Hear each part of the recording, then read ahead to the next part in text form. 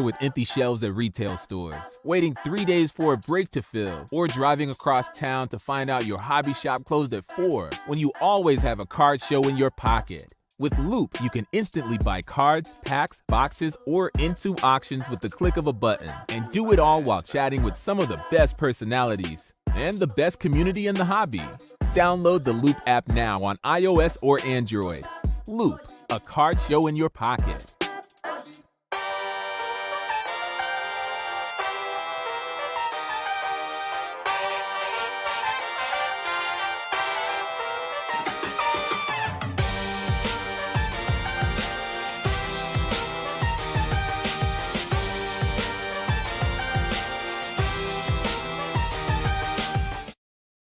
Welcome, everyone, to this edition of Fit Stripes Live, presented by Loop. That is L-O-U-P-E.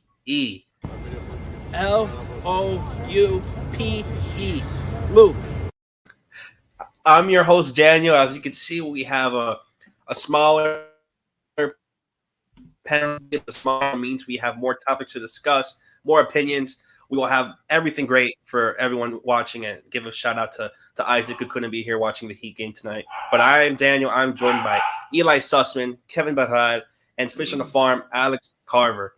And before we go into this preview, this national series, I want to go ahead and talk about previously that last game between the Marlins and the Braves, the game that took the Marlins from that series. It was Jesus Luzardo's start, who had a really great game, only giving up 2 hits, 1 earned run, 8 Ks, had 4 walks and 5 innings pitched. There was that 9th inning that the Marlins almost lost that lead from Tanner Scott. I'm going to give it to you guys. What did you see from that entire Braves series? And what did that look for the Marlins look after taking 2 out of 3 from the world champs? I think everybody got that right. We should all get credit, even though only a few of us actually picked the series correct with the Marlins winning 2 of 3. All of us knew it would be close. And if you add it all up, I'm pretty sure both teams scored the same number of runs. It was like 14-14. It was as close as it could get. And every one of those games had these inflection points that it could have swayed one way or another. It is encouraging, though, that on the road, you could actually expect them to play head-to-head with the Braves like that and ultimately prevail at the very end. Yeah, so the main takeaways for me, it just reinforced a lot of the things that we knew about this team, for better and for worse. For better about the length of this lineup, and even if you could say the majority of the guys aren't exactly who we thought they should be at this point in the season, they're underperforming, that it's long enough and talented enough that some guys can carry them for a particular weekend at a time. Garrett Cooper is somebody that had a really good last couple of games, and that made a difference in both of those games. It doesn't take everybody to make up for weaknesses when you have this much depth. And on the negative side, the bullpen, the fact that it's pretty good at different times, there are guys in there that look great. But if you look at this entire course of the season, not even one single guy that you can really say has been totally blemish free. That's still a concern, something that I didn't feel they did enough to address entering the year. And I'm not sure where all those answers are going to come during the year. It's something that I think is going to hang over this team throughout the year, and something that is going to lower their ceiling unless somebody really breaks out. Yeah, and just to mention another guy who kind of got it going in this series, Avisail Garcia got a couple RBIs, got it going a little. Alex, don't make that face. You damn well know he saved the game for us on the second one at least. He was okay. It wasn't Avisail Garcia, who we all know from last season, but he was okay. He got it going a little bit on the bat. Soler got a little bit going as well. This was definitely a good sign for the offense that they could stay in these tight games, especially in that second one. I know we were talking about the last one, but that second game, they kept it back and forth. Tanner Scott almost blew it in the last game. Now, that was very concerning. He got it done, and I know Alex likes him as a closer option. He definitely proved it in the second game. He almost screwed it up the last game, and luckily Lewis had got in there and got the job done. So definitely a very encouraging series, saying you could compete with the World Series champ Atlanta Braves. They're under 500 now. We are also under 500, but we do have the better record. So I think we could be happy about something. We got it done. Isaac, you damn well know he got a couple RBIs. You aren't even on stream right now. So since Isaac's not here, I'm sure he would have chimed in before me, but I'll speak up. Disagree. He had one big hit, right? I think he had one other hit before that in the game before that, right? But yeah, when a guy strikes out 4 times, it's hard to say he's getting anything going. So yeah, he's a problem. It's a concern. Be an optimist, guys. Soler is also a concern still. I mean, I've said this to you guys the last couple of these shows that we've done. Not much. So man, I hope you're right, Kevin. I hope that that one big hit will get him going, but I don't see it. Strike out 4 times. Yeah, I mean, one thing I will point out about Garcia, I don't even know which hit this was, but one of his hits registered an exit velo of like 116, which is peak Avi Garcia in terms of his physical strength being there. That's the one thing that watching this season is not really in doubt. With both his outfield throws, with the home run he hit, that's almost 2 weeks ago at this point, that element of his game is still there, and that's something that will affect the game in a positive way moving forward. The question overall is just about everything else, unfortunately, about every other element of his game, about the way he's moving around, about the decisions he's making at the plate. That's the most important thing, obviously, how he's chasing at an even higher rate than he historically does. He's just not going to get on base if he continues to make these bad swing decisions. Yeah, let's just say last year. I mean, he's never been a guy that's going to walk an astronomical amount of times, right? Like, I don't think ever in his career he's been in like double-digit walk rate. But I know it's early. Look at his walk rate this year. It's 2%. 2% walk rate. Like, you gotta be concerned about that guy. He's swinging at everything, like you just said. I don't know. He still looks really bad. When he makes contact, like you said, Eli, it's good. But that's the problem. He can't do it. He's not making contact. So that's a problem. Let me rephrase myself here. He was garbage in the Sunday game. Yes, I just saw it. Now the Saturday game was okay. He had 2 RBIs. I think he also had a hit. So. And he did not strike out that game, I'm pretty sure. He did not strike out in the second game. That's the one I'm talking about. Yeah, he was very bad on the Sunday game. So, just to, yeah. So, money well spent by the Marlins. Can you rephrase how much do we owe him again? How much for? It's a 4-year, $53 million deal with a club option for a 5th year if they really love him. They could get him through 2026. So that was a contract. This is not second guessing. That was a contract that was pretty unpopular. That when I wrote in early November my scenario for a disappointing Marlins offseason, my example was having Avisail Garcia hypothetically being their biggest offseason acquisition. And but we're not going to live in the past. Just assess who he is right now. There is some hope moving forward, but it's a complicated situation if these struggles do continue. What to do with him when you have him penciled in for an everyday spot? Well, who he is right now is first percentile in chase rate, so the worst in the league. That's for sure, and he's been that all year. And the 4th percentile in whiff percentage. So amongst the worst in baseball. So yeah, some stuff to figure out. But I hope you're right, Kev. It wasn't as bad. I mean, it's easy to say because he's been really bad before now. It wasn't as bad in this series. Yes, it was good to see the velo, like Eli said, and one or 2 good spots he came up and got an RBI. So that's good, but still a long way to go. That's what I'm trying to say. How about that 9th inning? Well, what do you guys have to say about that 9th inning and almost losing the game and what happened to Tanner Scott having the Braves, score like 3 on him? We'll set Eli in the comment section. Just want to let you know, Noah. So that 9th inning of the Sunday game, there was actually, right before we went on, got our email newsletter from Christina De Nicola, which she spoke to Lewis Head either earlier today or more likely during the off day about what that meant to him to close out the game in his first save. And he did describe it as his biggest moment pitching in the majors, even though he got a couple dozen appearances with the Rays last year. They were in really low leverage situations. They never even imagined him as some guy that could play a role in that situation. He wasn't the first choice for Mattingly in this spot either. Just the way that things went, especially with Bender having a hip soreness issue, that it was just limited options. It was cool to see him step up in that situation though, because he hadn't pitched very much.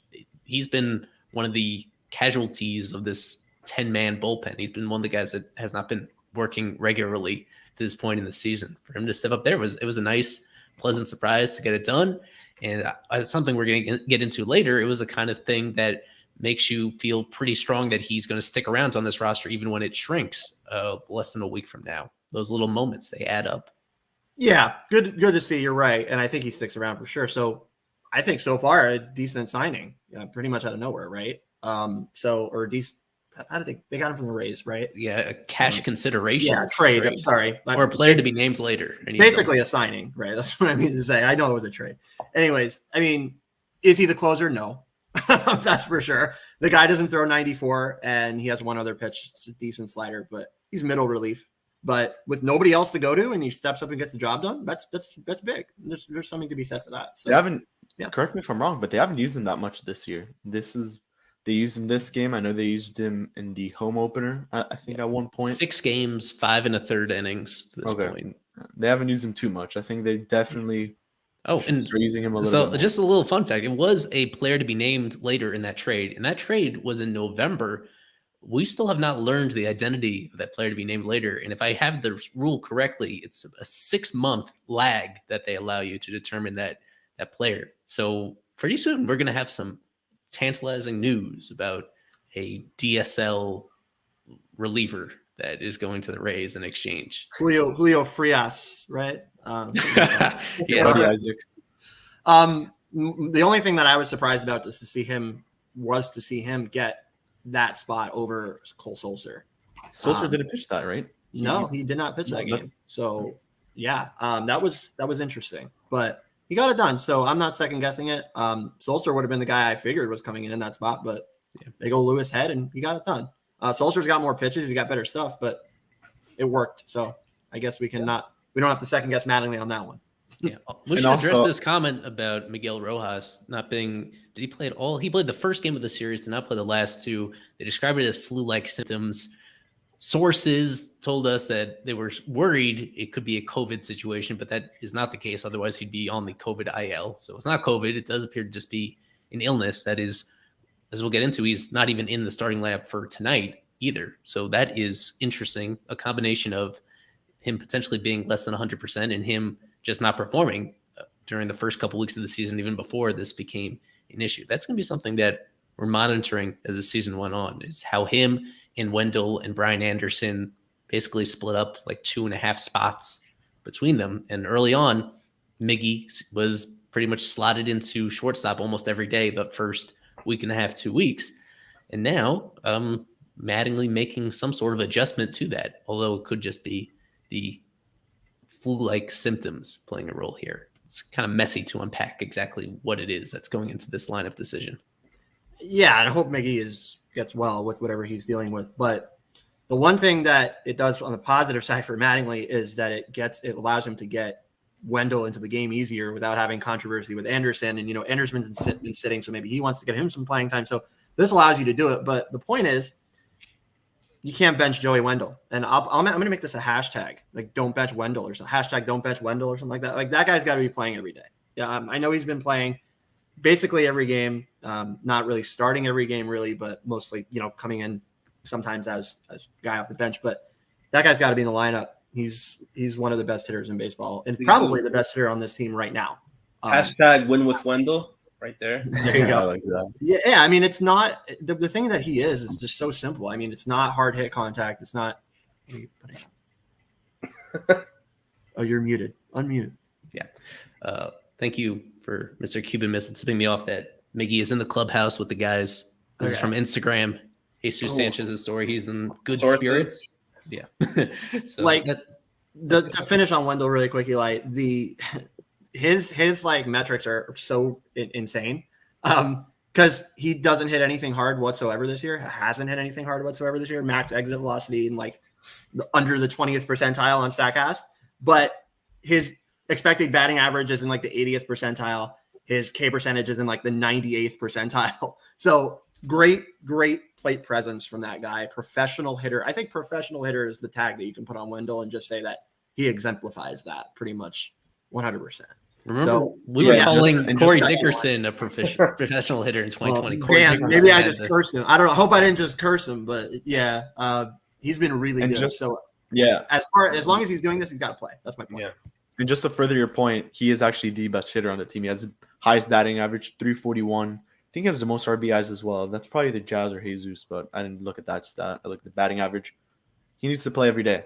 And then going back to Rojas quickly, Rojas is not that good anymore. I mean, he's not what he was a couple years back. I love Miggy Roa. We all do. We know he's the captain of this team, and he's probably one of the most. He's that player who's really stuck through it all, the good, the bad, and the really, really bad. So he's at most a platoon guy now. I think they do need to start looking at a shortstop. Yeah, there you go. Now the quote's there. That's the exact quote. That is what you said. No, that is what I said. Yeah. I love the guy. I think we all do. Again, he does so much off the field and on the field. Yeah, I mean, he was, what he did last year, I believe, pretty good last year, 2020. That wasn't going to be him getting into his older years here. So I think I agree with you. And the other question you have to get to is, if you're going to try to get something, supposedly get something for Brian Anderson, the guy's got to play, right? You got to show, teams have to see him play. So yeah, I think I agree though that he's more of a bench player right now. Definitely more of a bench player than either Wendell or Anderson for different reasons. But yeah, I think Miggy's more of a bench guy. But yeah, I hope he gets well. I hope he does all right, because even if he's not on the field, he does a lot for this team. So I think we could put it in. And I think we could put it in terms of he could still be on the team. He'll still play. He just won't be a starter every day. And that's what I want to say. That he's at most right now. He's at most a platoon guy, and that's where I see him at the moment. They think Jazz at the moment looks like a platoon guy, and that it should not be like that. It should be Rojas is the platoon guy. Jazz is the everyday starter. He's the star of the team. So that's how I look at it. Options right now, I really can't name you any. I haven't done any research on that. Maybe mid-May, end of May, I'll definitely have something up my sleeve for a shortstop that could fit Miami. Maybe they want to try Jose Devers once he gets some minor league action. I know Alex would know more. I don't know if Charles LeBlanc plays shortstop a little bit there. If we're looking Charles at LeBlanc. I can't imagine that Charles LeBlanc supplanting Miguel Rojas. Exactly. Yeah, They drew I'm it just up. naming the internal options that are on I the love team. that guy. I don't want to start any trade speculation. You guys know how much I talk about LeBlanc and what he's doing in AAA. We can talk about that later. But yeah, he's not going to be starting over Miggy. That's for sure. Good. Right. So yeah. To address this particular comment about Jazz at shortstop and Wendell at second, to me, I think Wendell's arm is more reliable than Jazz is. So if nothing else, that one element, that's the reason why Wendell has been the backup at shortstop over Jazz, even though Wendell has mostly showed that arm when he's been at third base instead.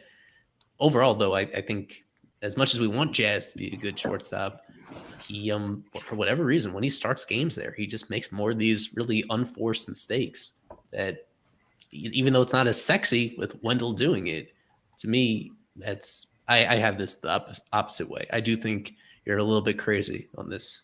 Go no. I think it's fair to say, just look at his 2021 shortstop highlights for Jazz Chisholm. There's not much because he wasn't that good. That's all I'll say. Yeah, and I know they said, in Jazz's first year here, Mattingly had said that we don't want to get away from his future at shortstop, but we want him to have a little pressure off, play second base, blah, blah, blah. And then what happened with second base happened at second base. I think that looks a little better so far this year for him at second base. But yeah, I don't think he's a shortstop. This may be the pessimist in me. I don't think he'll ever be a starting shortstop. And that's what I'll say about it. Jazz, no, never in a million years. Yeah. All right. So moving on, I'll talk a little bit about this game coming up between the Nationals and the Marlins. But before that, I have one question for Alex. The Wendell trade from Eisner, did we win that? Is that a win for the Marlins, you could say right now? It was never – the return was never a loss for the Marlins, and I never said that it was. I just hated the price tag, honestly. But by all intents and purposes right now, with Meisner playing in Double-A, now, of course, that's a big jump, but he's not doing very well right now. But I still don't 100%. I think you could have had him for a little bit of a lesser prospect, honestly, or maybe a package of a couple of other prospects. But listen, they dealt from a position of what they think is depth in the outfield. It was a good bat that I really liked to give away. Also, a natural center fielder, which the Marlins. I mean, the first natural center fielder in this system, outside of Meisner, who they traded, of course, is Victor Mesa Jr. And that's the closest. That's the closest, unless you still believe in Victor. I don't know, but no. Victor Jr. is the next closest natural center fielder in this organization right now. and he is still multiple years away. So when they got rid of Meisner, I was like, okay, maybe they're going to be trading for a center fielder. We all expected that. They didn't do it. So, I didn't like it for those two reasons. I still don't like it because I believe in Meisner's bat. I think he's going to be really good, but you can't argue with Joey Wendell, man. Like I said, professional hitter, good fielder, multiple spots, easy to get into games, should be starting right now every day. So it's a win-win. Rays get a good bat that I think will be very good, and the Marlins get a right now piece. So it was never a loss. I just didn't really like the price tag. Still don't, but it is what it is. Meisner had a really good game against Pensacola, a week and a half ago. I watched it. Yeah. He reached base like 4 times, Yep. 5 plate appearances, and hit a moonshot home run. Yep. Overall, outside of that, yeah, that was a shining revenge moment. game. It was a shining moment. Outside of that, it has been kind of iffy on him. But yeah, I said at the time that Meisner's ceiling is higher than Wendell's. That if Meisner is the very best version of himself, reaches that ultimate ceiling, it's a pretty special player. I just didn't like the likelihood of that happening. I felt like if you looked at all the probabilities of his career, that it was a fair price. It's not what he wanted to play, but to get somebody like Wendell that was so particular to address their situation, we didn't know which one of Jazz or Miggy or BA would be like vulnerable early on. But what we saw last year is at different times, almost all the time, one of those 3 guys were either injured or off their game, and they needed more depth that could handle all 3 of those infield positions at second, short, and third. And he was such a great fit with that. So early on, as we've seen, Jazz has been better than we could have hoped. BA has been pretty much exactly what they hoped for realistically. He's been fine. And it's been Miggy that has been struggling and now has been out due to flu-like symptoms. And that has made Wendell all the more important. So far, working out exactly the way that the Marlins needed it too, and they don't really need to worry about the other side of the equation, considering that. Yeah, just to close on this, for me, you just had that comment on the screen from, I didn't see the name, Go Something. I didn't Just Go Knowles again. Okay, He's there hot. you go. He's hot on this show. Yeah, awesome. We love to see it, right? Just real quick to mention on that start for him, his call up to Pensacola was so good last season. I think in his first what was it? I don't have. Let me call him. The first 14 games. I have his page up. First 14 games. I knew he had over 300. It was 309.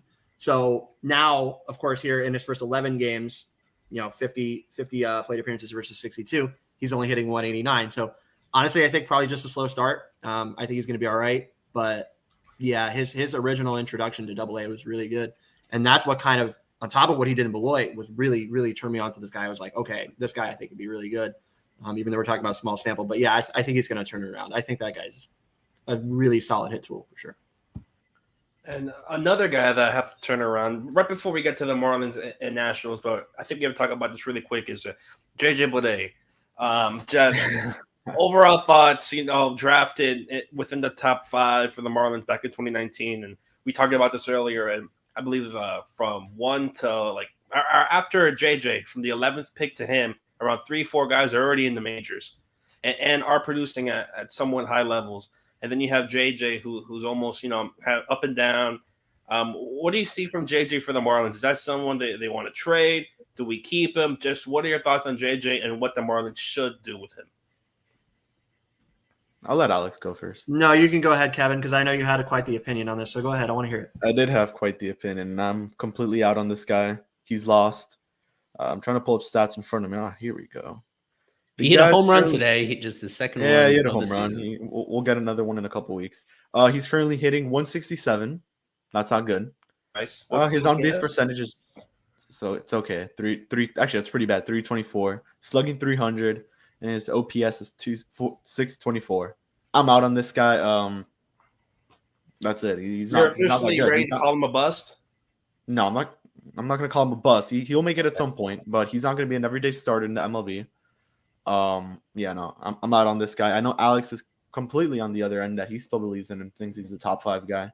I think Bleday is still top 30, but definitely not in my top 5 for next time. I think his little Arizona Fall League stint was a little bit of a pump fake, and then he's back spicy. to he's back to go Heat, by the way. For Kevin, who do you have higher, JJ or Sixto? JJ, definitely okay, JJ. To make sure. We haven't followed him that much. All right. Yeah, no, He's it's not that line. bad. But yes, I'm out on JJ Bleday. I'll say it here today. Yeah. I'll let you go, Alex. I know you're on the other end. Yeah, I got to chill out. I'm sorry. He was drafted where he was for a good reason. He has a great pedigree, as we all know. Really, really like that he bulked up so much this year. I think that is his main issue. I'm not making an excuse. I'm sorry to bother you, but Isaac's just destroying this chat today. It's impressive. All right. I'm not making an excuse for him, but watching him hit overall, it looks a little stiff. I think it's just a matter of him, really getting used to this size and putting it into action. So that's going to be my main thing with him, is that he's a completely different player. Like when you put on that much weight, there's going to be an adjustment period, right? So spring training wasn't enough, obviously. He's not doing very well, as we both just said, in AAA. He did hit a massive home run today against Charlotte, which was good to see. It's the second of the year. But yeah, no, there's just so much going on with him between the adjustments that he made last year. Now with the size, now you have to couple the adjustments with the new size, and you're basically becoming a new player. So again, not out. If he does what he's doing right now all year long, then I can say, okay, we have an issue. But I still don't see a lot to hate. I'll say this about him so far this year, even though his metrics have not been good, is that he's going to all fields a lot better than he has in the past. Last year he was more pull, and this year he's going to the opposite field a lot more. So that's very good to see. He's also still walking like a 17% walk rate already. So he's still seeing pitching. It's just about the ball. And that's been his crux for the bulk of, or all of his minor league career. And I think when he gets the size figured out, he's going to be fine. So disappointing so far. I'd say go the Aaron Rodgers route and RELAX. I remember very crisply the first day that we saw him, that media had access to minor league spring training. You got to see how big he was, unrecognizable compared to what he was before, and how most people were excited about that. Very, very blindly excited about the physical change. And I was the one, not to pat myself on the back, I was the one that said it's a little bit more nuanced than that in baseball. With other sports, with other body types, with other types of players, putting on 20 pounds of muscle could be unambiguously a good thing. For somebody like him, it was something that didn't really seem to be a huge issue in his game anyway, based on how he performed in the fall league, the way that he was hitting the ball hard in the fall league. Like, this was an interesting adjustment to make, but it was going to be one that, as you perfectly summed up, it's not as simple as changing your body and getting better. The most important thing to have as a baseball player is your balance, and to the way when you have a different body, it changes a whole lot of everything about you. Even if you're thinking about the game the same way, to understand how long it takes your body to move in a certain direction, and just the stiffness, putting on too much weight as a hitter is something that can be difficult depending on your swing path and how you're setting up. Like, it's not a good thing for everybody to go through. He'll be an easy guy to reevaluate as we get towards the middle of the season. So I agree with your general summation of that. It's frustrating just because it's so similar to what happened at the start of last year for him. Yeah. What I'll say is that you talk about the body and this and that. The guy was playing during the winter. I mean, I don't think there's any excuse for that. He played throughout the winter, and he dominated these pitchers, which Arizona Fall League pitching is not that good, and we could see that firsthand. So I don't think that's even an excuse to say he's adjusting to a new body or whatever in the weight. The guy played during the winter, and he played a good amount of time. I'll just say that.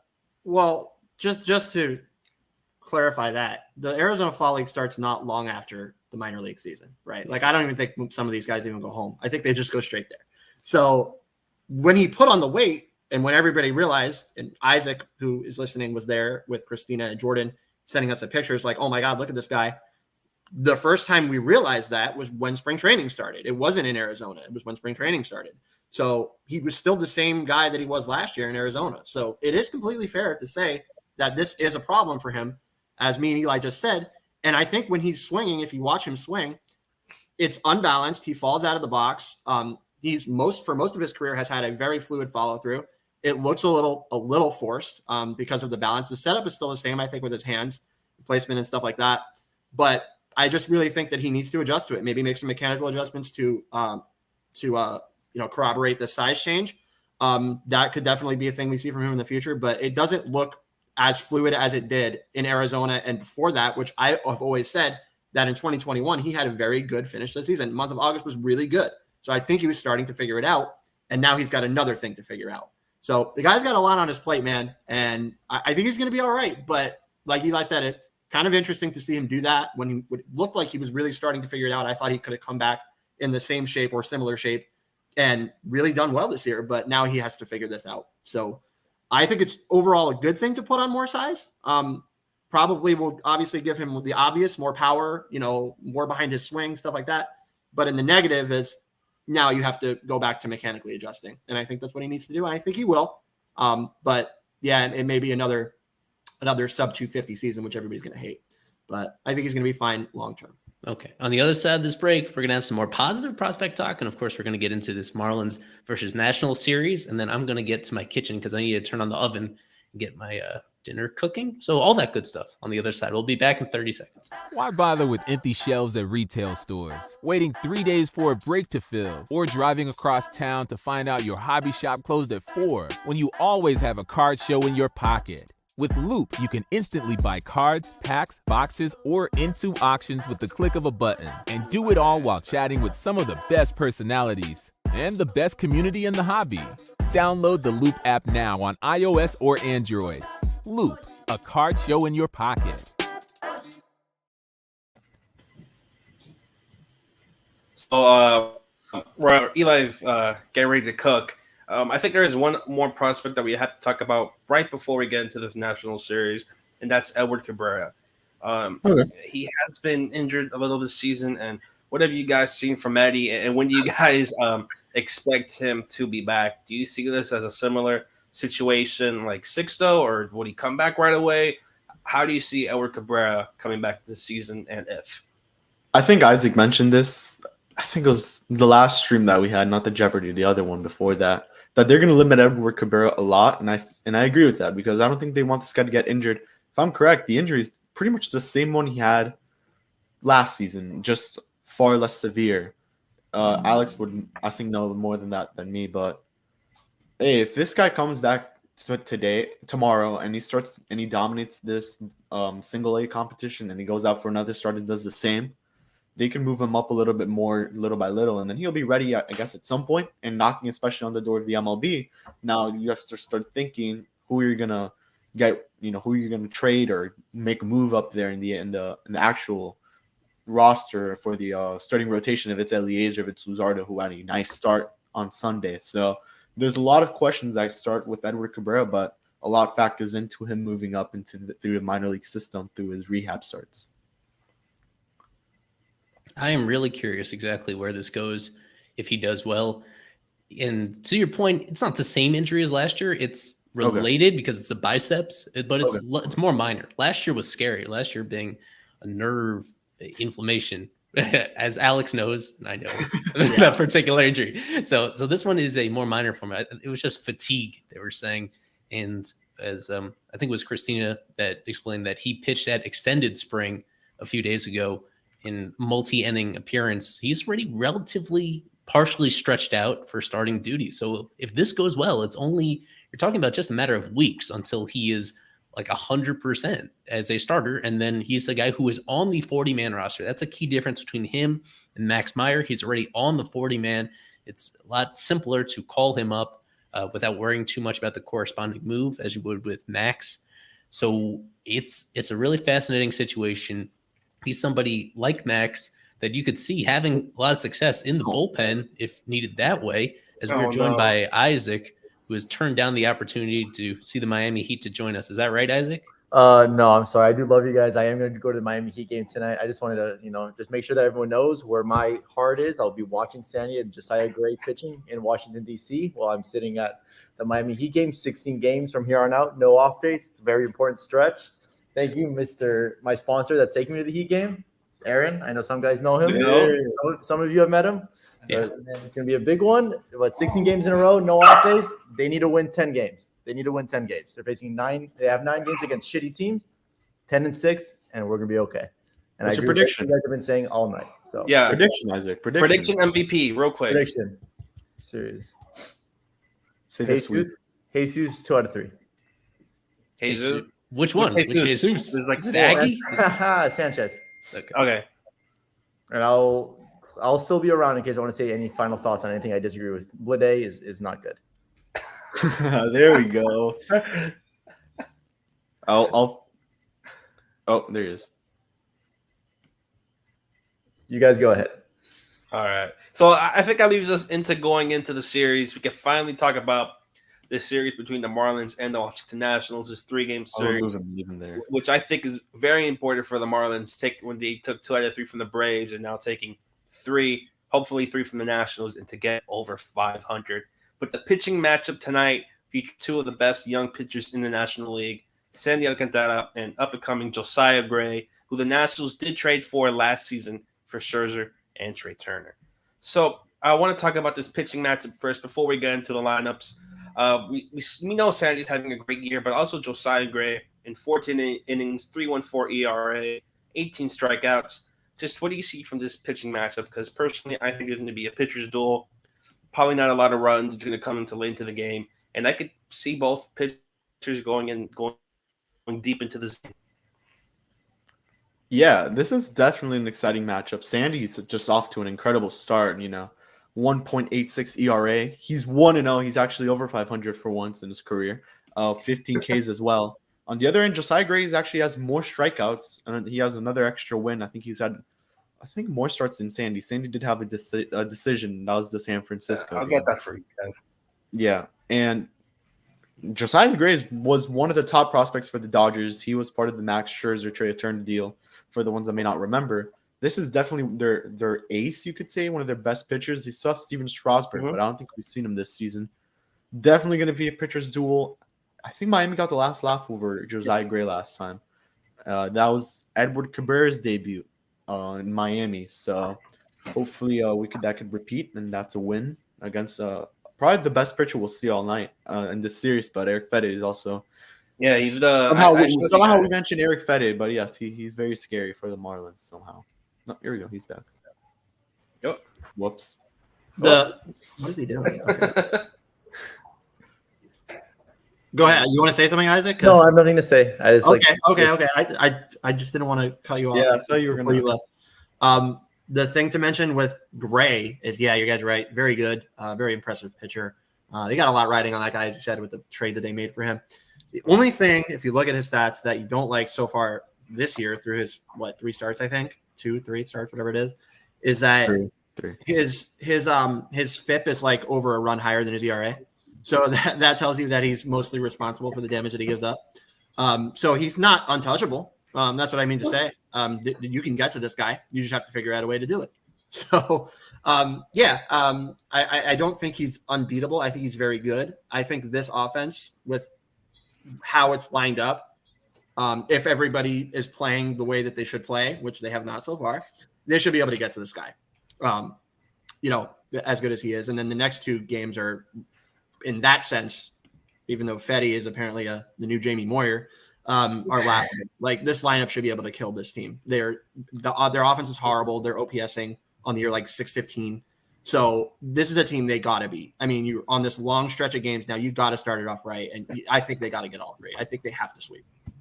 No, I think they at minimum need to finish like 2 out of 3 and finish at 500 or better, like you said, with the sweep. It's gonna be tough. I know Trevor Rogers struggled in this ballpark last year. So here's your chance to make up for it, because you're facing a shit lineup. I mean, no disrespect to the Nationals, but this lineup is not good. They really are not good. Yeah, so. Ethan said it when he was on Jeopardy, like at the end of the show. You want to prove that you're a competitor. You got it, and if you are a competitor, you have to beat the worst teams in the league, and you can't leave any doubt, right? Yeah. So you got to sweep. I say they have to sweep. If they don't, if they get 2 out of 3, it's not the end of the world. Season's not over, but I think they have to sweep, and that's my opinion. Yeah, and you mentioned the lineup, but I think there are some players that you do have to look at. Obviously, Juan Soto. Probably, best hitter, maybe not in National League, but in baseball. And Nelson Cruz, he is getting older, but he can always hit that home run here or there. And then Josh Bell has been pretty good. But besides that, there's nothing really to make note of. Neither of the Hernandez's, Gabriel Ruiz, not even Maikel Franco. But I think probably 2 to 3 will give you the most trouble. But mainly Juan Soto and maybe Josh Bell are the top guys to really look at that Nationals lineup. Everyone else doesn't really scare me in this lineup. I'll keep it short and simple. The only players that scare me in this lineup is Juan Soto and maybe, just maybe, Nelson Cruz. No, That's Josh about Bell, it. man. Josh Bell is nasty. He looks good. Josh Bell is the second best player on that team. He is coming off an injury, so Josh Bell. A very minor one, yeah. He missed last game due to a hamstring scare. But has Josh Bell really been that good? I thought he had a pretty bad 2020. I mean, look at his OPS right now. Let me ask Kevin. Kevin, let me ask you a question. I want to ask Kevin a question. Kevin, what do you know how old Nelson Cruz is? He's like 40. I think he's almost my dad's age. He's actually old enough to be your father. Your dad too, Isaac. He's like 2.5 Kevin. He's definitely old enough 39 or is he 41? He's definitely old enough to be Kevin's dad. He's 41, turning 42 in July. Yeah. So if your young star pitchers can't beat a 41-year-old, you got a problem. That's all I'll say. You know what, Alex? I think he's going to hit a home run off Sandy Alcantara tonight, and that'd be a problem. Like I just said. So, how bad was he that last year? He wasn't that bad. Nelson Cruz? He was good. He got traded. Yeah. That was the year he got traded to Tampa Bay, correct? For Kevin last year, Josh Bell, 27 home runs, OPS of 820. This was last season? So he's been pretty good over the last season and a half since he went to Washington. But he's on no Washington. one really else. Maybe Keibert Ruiz, but that's like very minimum right there. And even their bullpen with Marlins legend Steve Cishek. I think the Marlins also have top on the bullpen also compared to the Nationals. Yeah. Oh, by the way, Nelson Cruz is my parting words before I head to FTX Arena. The Marlins are the superior team. Alex is kind of correct here. They do need a sweep. I'll take 2 out of 3. Going back to the next series at 500 against the Mariners would be swell. I'm never predict a sweep with Miami. I don't care if they're facing a little league team or they're facing the National. Same thing.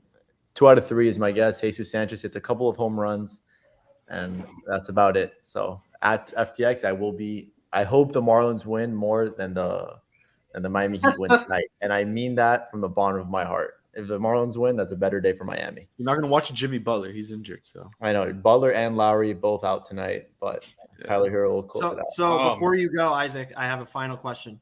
If this is an if they somehow lose this series, where's your head? If they lose this series, who, the Heat? No, the Marlins. If the Marlins lose this series to the Nationals, where's your head going? Then we're no better. They are no better off than they were last year. If they don't beat the Nationals, they're not a better team than last year. That's perfect. Now we'll have to see what happens, but if they lose 2 out of 3 and in a pretty normal form where nothing goes incredibly bad, then they are not a much better team than last season. If they can't, that's perfectly said. I would say this crusty of a team like Yadiel Hernandez. Actually, Yadiel Hernandez played pretty well against Miami last year. I think he homered off Edward Cabrera. Was it? I think so. Yeah, Yadiel Hernandez isn't bad actually, but Cesar Hernandez has been pretty good this year. But I mean, Juan Soto is basically the only guy. I would give it a little bit of a bigger sample. So of those 9 games that they have against Arizona and Washington, if they don't win at least 6 of them or 5 of them, I'm sorry, then you have a big problem. Yeah, at least at least we won't see D Gordon or D Strange Gordon. I'm sorry. Yeah, he won't hit just, bombs off. Just keep Victor Robles off base because that guy can't hit with a tennis racket either. All right. Thank you for your time, guys. Best of luck. I'll be watching in the car. Thank you. Peace out, bro.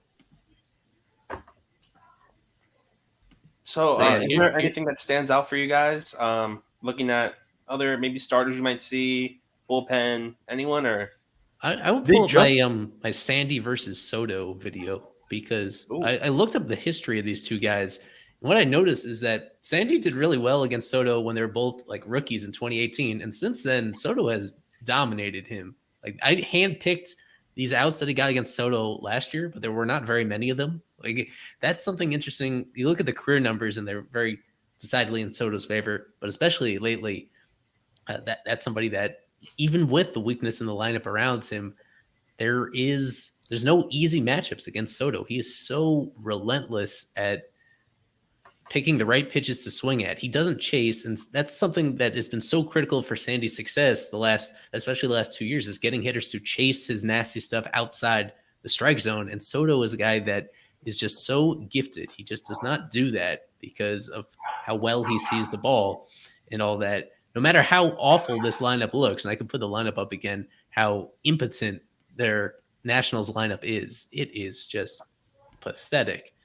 Even with that being said, Soto is going to be a pain in the butt. He's going to be a guy that works them really deep counts no matter who he's facing for each of these games, no matter what the matchups are.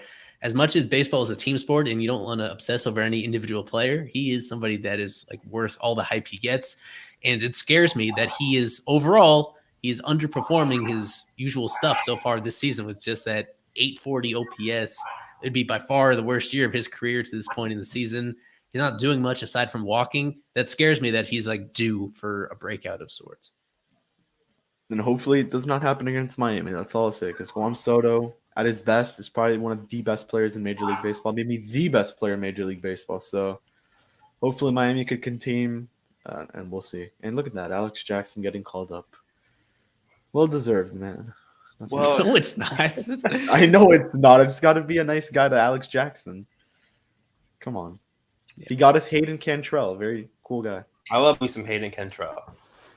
I mean, you weren't that nice of a guy to Jordan Yamamoto last night. Yeah, no, last night points were on the line last night.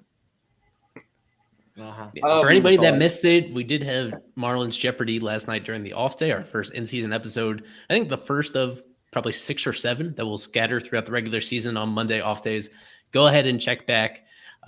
If you didn't watch it live, then I'll spoil it and say that Isaac had -5 million points. He was really disappointing out there. Yeah. Oh man, that was brutal. Kevin was a surprise victory too. Like that was. Yeah. Kevin came out.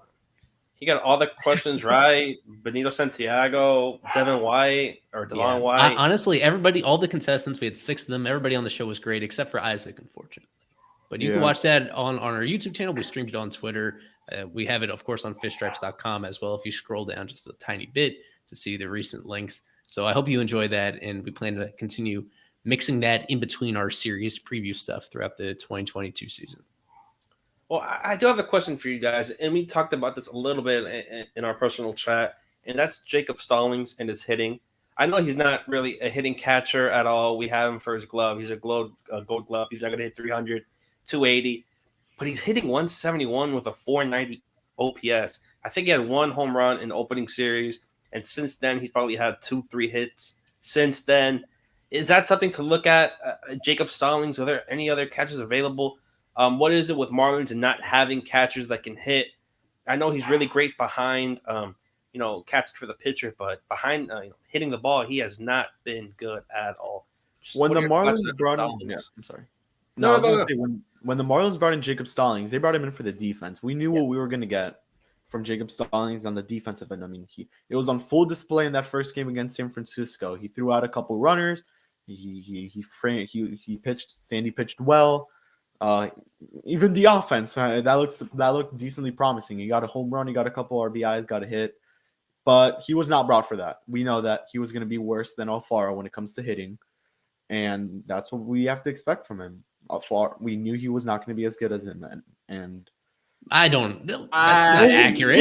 Alfaro was definitely a better hitter than Stallings. No, that's not the best. Really? That's not what last year would indicate from them. I think you have recency bias. Right now, I think you have recency bias on what he's doing with the Padres. I think that's kind of where you're headed. That's what I'm looking at right now. Last year, but that's also a better hitter. Yes, hindsight's got to be 2020, right?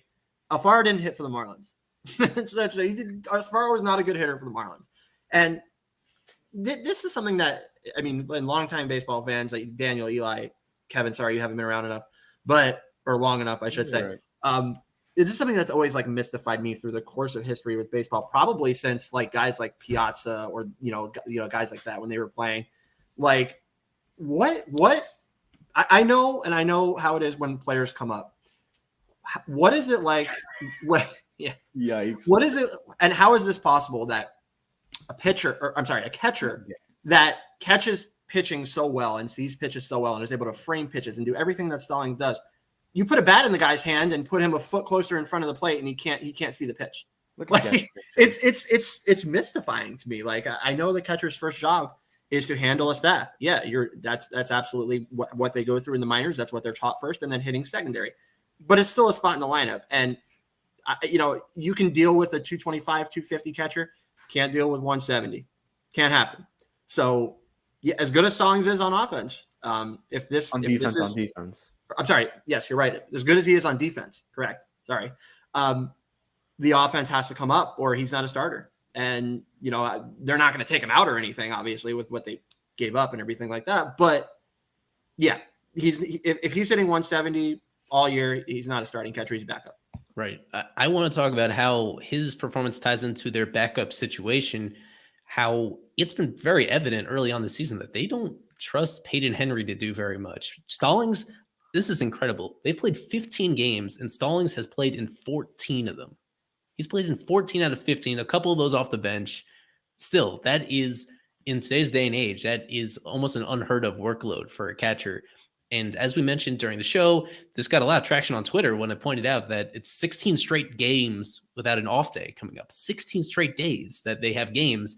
So that means, by default, even if they love Stallings, he's going to be less of a factor than he was during that first portion of the season, because it's simply too many innings to catch. They're going to need to mix Henry in there every 4 games, every 5 at the minimum. This next significant stretch of the season, that they'll need Henry to step up and do something, and they really don't have any choice but to give him some opportunities, just because Stallings, if right now he's underperforming, then you feel like if they lean on him too hard for too much playing time, then the results are not going to get any better. It's just a very physically demanding position. And if you're focused so much on the defensive side, if your workload reaches a certain level, it's not going to easily turn around despite all the skills that you have. It's just such a physically demanding position. And for the sake of the rest of this year and for even beyond 2022, they want Stallings here for a while as their primary catcher. It's a really difficult balancing act of keeping him fresh without and ensuring that you get the best version of him when he's actually on the field. The thing I'll call out here is that before you guys go to predictions, before 2021, this guy was a backup. So, and how is he still, now you take a backup out of the equation because they apparently don't want to put Henry in the game as little as they want.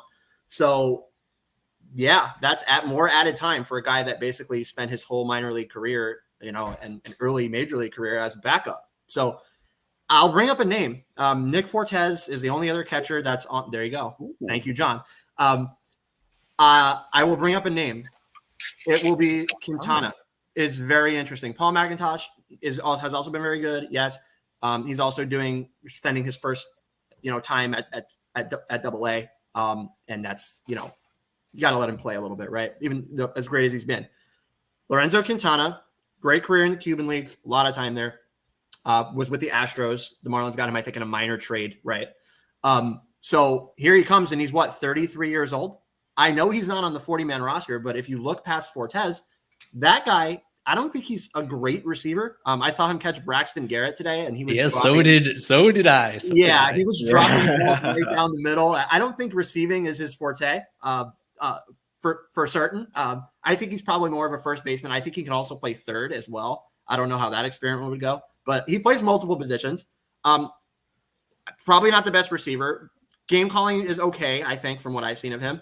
And he hits. And this is an old veteran guy, even though he hasn't been in Major League Baseball. He spent a lot of time overseas and had a great career there. And had a good minor league career with the Astros before now. So if you want to look past Nick Fortes, for a guy they have to get something out of, if they want to get anything out of him pretty quickly, Lorenzo Quintana may be your guy. You mentioned Quintana, and I'm going to mention McIntosh. This guy's been really good in Double-A.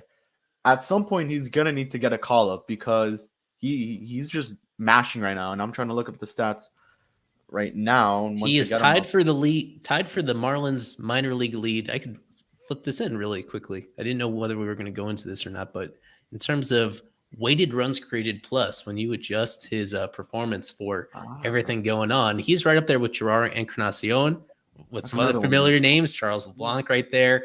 Those guys, that top row, weighted runs created plus, that's the overall hitting number, where 100 represents league average. He's at 200, even with coming off his worst series of the season. He's been absolutely raking to this point in the season. And this was Yeah, from Daniel before Fish, today's game. So it doesn't even have Lorenzo Quintana's 5th home run. Quintana now tied for the most home runs in the organization. This is in an article that I'm putting out every week on Fish Stripes on Tuesday mornings, just updating the leaderboards for both hitters and pitchers. So you see some conventional top prospects, you see some journeymen, to put it politely, and you see guys in the middle as well, like Tanner Allen, like JD Orr. Shout out to JD Orr and Davis Bradshaw at the top in weighted runs created plus, and at the top as well in strikeout rate with the lowest strikeout rate. So let's go.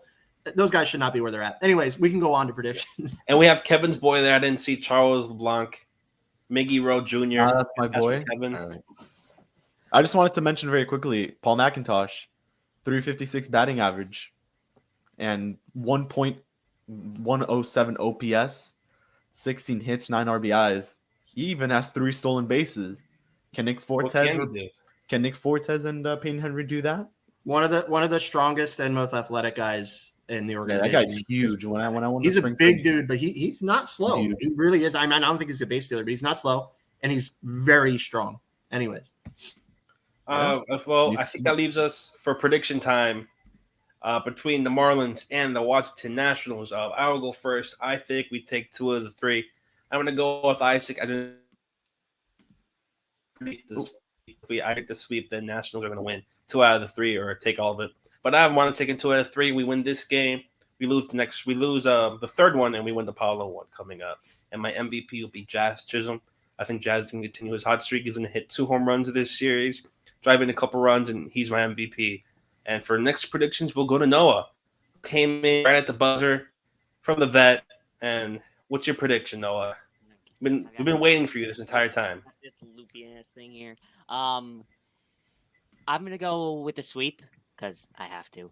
And I am also going with Jazz. But I texted that to Eli beforehand, so it's not me just copying you. So I'm going Marlins sweep the Nationals. All right. Eli. They could really use a sweep, couldn't they? That would be so nice. That would be a 5-1 road trip. It feels a little too good to be true. To me, it is too good to be true. So that's why I had them winning 2 out of 3. It's hard to imagine them not winning the series, where the Nationals at this point are just really thin roster, and the Marlins, knock on wood, they are relatively healthy at this particular moment. I love the depth of the lineup that in all these games, I think they're going to put a decent amount on the scoreboard. And so the question is whether the bullpen blows one of them, whether you get an off start from, it's unlikely when you have Sandy and Pablo lined up for these first 2 games. I really love what both of them are doing in particular right now, but I think they win 2 of 3. And I will go with a pitching route, which is unusual. I know we usually go with position players, but I will go with Sandy absolutely shoving tonight, even though, is there a little chance that this game gets postponed? I don't know. The tarp, I was just listening to Kyle on the way home. The tarp is off. It looks like they're going to go on time. Nice. Okay. Yeah. So I will go with a pitcher. I'll go with Sandy. I think he's going to be awesome in this game. The game is going to be close enough early on that he racks up that win probability, and that holds up more than any individual position player. He's my MVP. Kev. These are always hard. I'm going sweep. Yeah. We may look like idiots. We may look very smart after this. I said that last time, and we looked like idiots because we said the Marlins will sweep the Angels, and that did not look good. And MVP, the same. I'm going to go Jazz because it's the easy answer to go, but there's a lot of guys that could definitely break out this series. Joey Wendell, I know John mentioned there. He could definitely be one. But I'm going to play it safe, get my points, and I'm going to go Jazz. Alex. Just say 1 out of 3 so we win. So John just got my exact prediction. I'm going to say that I think I'll stick to what I said. Sweep would be what they need. But it's hard to imagine that they will. I think they lose 1. I think I agree that they will win 2 out of 3 games. I think Trevor, this is his time to get it going. I really think that this is his time to come out and have a great game against a weak lineup. So I like him in that game. I like Sandy. I think they find a way to lose the Pablo start. So that's going to be my prediction there. And then my MVP will be Joey Wendell. He's going to probably play all 3 games with Miggy. Fortunately sick. So he's been hitting. He's been the best hitter in the lineup so far. I think he makes the biggest difference. And there you go. 2 out of 3, Wendell. Well, we have 5 more minutes left before the game starts. Does anyone have anything they want to say at all before any of the games, any starts, before we head out? Paul McIntosh needs to be a major leaguer soon if Peyton Henry keeps playing how he is or not being used. All right, well, we'll leave it at that. This is Fish Stripes Live, presented by Loop. That is LOUPE. I'm not going to play the video again. Well, for that, I'm Daniel. For Noah, Eli, Alex, and Kevin, remember, this is Fish Stripes Live. And do remember this, always go fish. Why bother with empty shelves at retail stores, waiting 3 days for a break to fill, or driving across town to find out your hobby shop closed at 4 when you always have a card show in your pocket? With Loop, you can instantly buy cards, packs, boxes, or into auctions with the click of a button, and do it all while chatting with some of the best personalities and the best community in the hobby. Download the Loop app now on iOS or Android. Loop, a card show in your pocket.